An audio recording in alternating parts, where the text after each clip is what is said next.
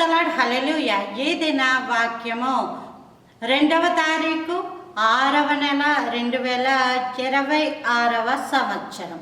మన దేవుడిస్తున్న చక్కటి మాట యోబు గ్రంథము 2వ అధ్యాయము 9వ వచనం. అతని భార్య వచ్చి నీవింకన యథార్థతను వదలకయుందువా, దేవుని దూషించి మరణము కమ్మనెను. మన దేవుడు శ్రమలను అనుమతించినప్పుడు యోబు యొక్క జీవితంలో శ్రమలు, ఆ పిల్లలు తన యొక్క సంతానము చనిపోయినప్పుడు ఆస్తంతా కోల్పోయి శరీరంలో రోగము రాగా తన భార్య వచ్చి అంటుంది, నీవింకను యథార్థతను వదలక యుందువా. యథార్థత అంటే ఏంటంటే నా దేవుడు ఉన్నాడు, నన్ను చూస్తున్నాడు, నాకు సహాయం చేస్తాడు అని దేవుని ఎదుట నిందారహితులుగా జీవించడానికి ప్రయత్నించడమే యథార్థత. దేవుడి చేత లోకస్తులు ఎన్నో అనొచ్చు, ఇదిగో నువ్వు పలానా, నువ్వు అలాగా, నువ్వు ఇలాగా, నువ్వు ఇలాగా, అలాగని అనొచ్చు. కానీ లోకస్తుల మాట దేవుని దగ్గర చెల్లదు. దేవుని మాట దేవుని దగ్గర లోకంలోని కూడా చెల్లుతుంది. దేవుడు ఏదంటే అదే జరుగుద్ది, దేవుడు చెప్పిందే నెరవేరుతుంది.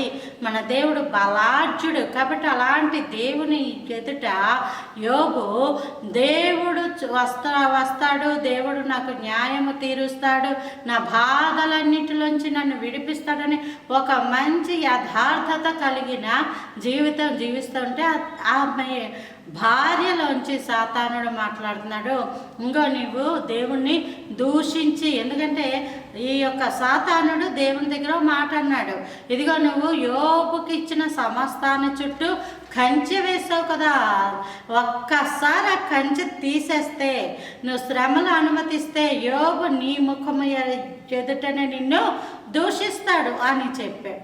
కాబట్టి నువ్వు దూషించు అప్పుడు నువ్వు చనిపో అని అంటుంది.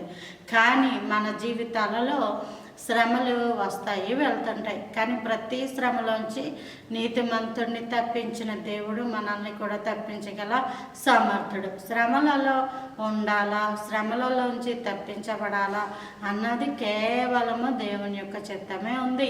దేవుడే శ్రమలన్నిటిలోంచి విడిపించి సంపూర్ణంగా గొప్ప చేస్తాడు.